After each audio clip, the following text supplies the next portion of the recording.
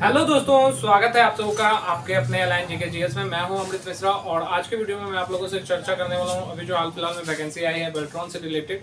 तो इस वीडियो में मैं आपको उसके बारे में कंप्लीट जानकारी देने वाला हूं। अगर आप जनरल कंपटीशन की तैयारी करते हैं तो आपके लिए वीडियो बहुत ही खास होने वाली है, क्योंकि ये वैकेंसी आप लोगों के लिए बहुत ही ज़्यादा मायने रखने वाली है। तो यहाँ पर सबसे पहले हम बात करें कि ये जो वैकेंसी है दोस्तों, ये जो है वो डाटा एंट्री ऑपरेटर के लिए है, जो कि बेल्ट्रॉन के द्वारा निकाली जाती है। तो यहाँ पर सिंपल सी बात है कि इससे रिलेटेड इसमें कुछ अपडेट आया है, जो कि आपको 20/2/2024 को अपडेट देखने के लिए मिला था मंगलवार को। और इसकी जो वेबसाइट है दोस्तों वो है bsedc.bihar.gov.in। तो इस वेबसाइट को आप सेव कर लें और यहीं पर जाकर आप इस फॉर्म को ऑनलाइन अप्लाई कर सकते हैं। पहले आपको रजिस्ट्रेशन करना है और 7-8 स्टेप में आपका फॉर्म फिलअप हो जाएगा। क्या क्या डॉक्यूमेंट लगेंगे वो मैं वीडियो के अंत में आपको बता दूंगा। तो सबसे पहले बात करते हैं शैक्षणिक योग्यता, यानी कि इस फॉर्म को अप्लाई करने के लिए आपको जो शैक्षणिक योग्यता चाहिए। तो चलिए इसको मैं थोड़ा ऊपर कर देता हूँ, ठीक है। तो देखिए, तो इस फॉर्म को अप्लाई करने के लिए जो आपको शैक्षणिक योग्यता चाहिए वो चाहिए 10+2, यानी कि 10+2 आपको पास होना चाहिए। साथ ही साथ आपके पास 1 साल का कोई भी कंप्यूटर कोर्स का सर्टिफिकेट, जैसे कि आपका ADCA हो गया या फिर हार्डवेयर नेटवर्किंग हो गया, इस तरीके का कोई भी 1 ईयर का आपके पास कंप्यूटर कोर्स का सर्टिफिकेट होना चाहिए। या फिर उसके अलावा अगर आपके पास बिहार कौशल युवा कार्यक्रम के माध्यम से अगर आपके पास 400 घंटे का जो ट्रेनिंग अगर आपने कर रखा है कहीं पे KYP वगैरह में, तो वो उसका सर्टिफिकेट अगर आपके पास है तो आप लगा दें। अदरवाइज अगर नहीं है तो आप इंटर के सर्टिफिकेट के साथ साथ ADCA वगैरह का सर्टिफिकेट लगा दें, आपका काम हो जाएगा। उसके बाद बात करें उम्र सीमा।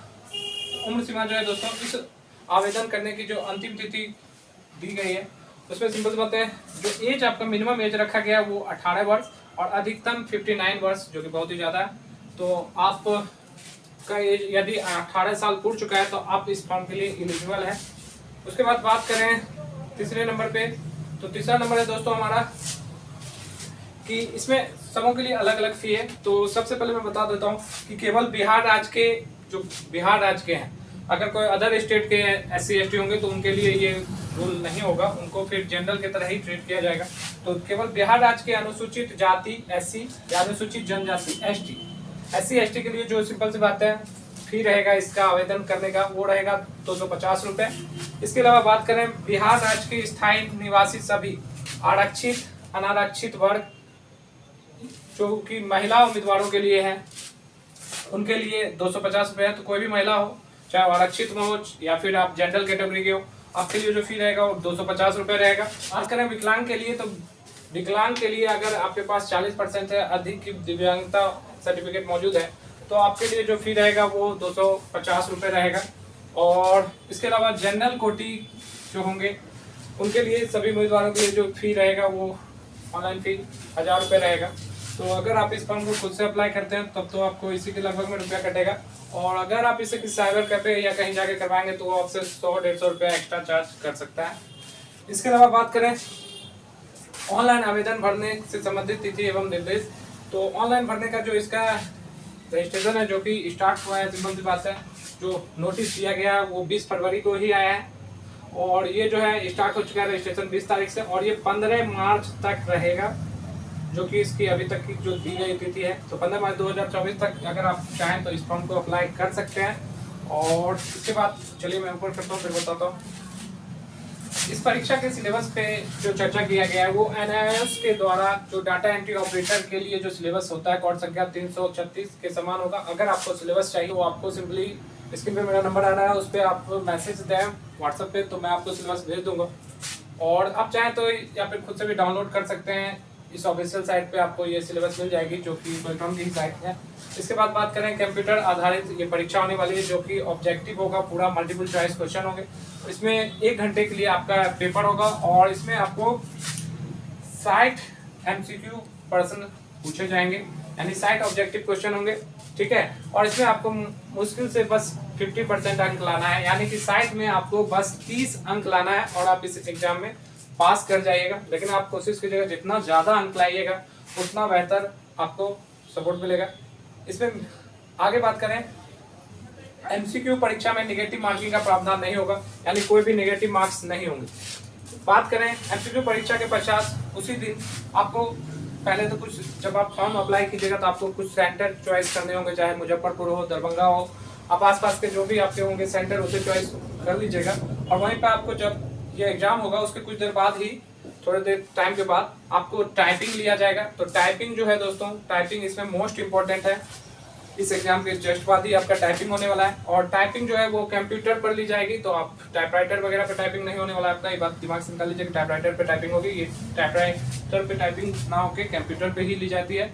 और प्रत्येक टाइपिंग परीक्षा टेस्ट के बीच उचित अंतराल होगा, यानी कि अगर आपने देखिए इसमें 2 टाइपिंग पूछा जा रहा है, पहला तो इंग्लिश टाइपिंग है और दूसरा Hindi typing. Hindi typing most one of the most है, क्योंकि हिंदी टाइपिंग आपको आनी ही चाहिए अगर इस वैकेंसी में आपको जाना है।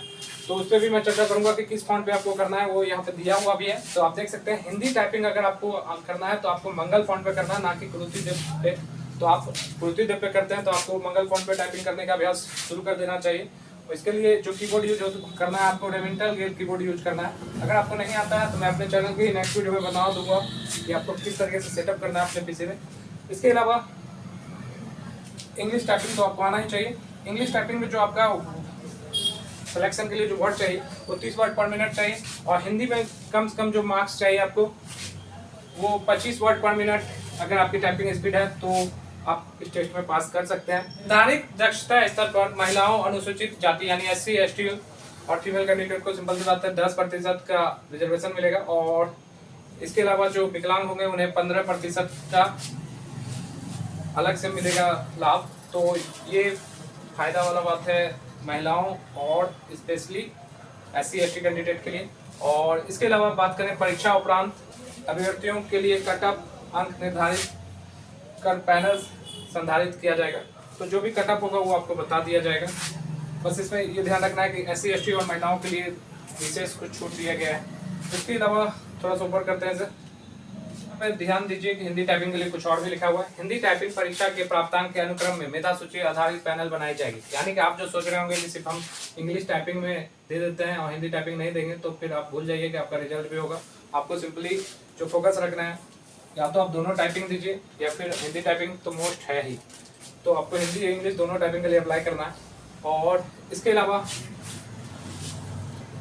निकायों से प्राप्त अधियाना के विरुद्ध पैनल से प्रतियोगिता में 100 पॉइंट आरक्षण रोस्टर के अनुसार लाभ दिया जाएगा। तो जैसे आरक्षण मिलता आया है उसी हिसाब से मिलेगा आपको।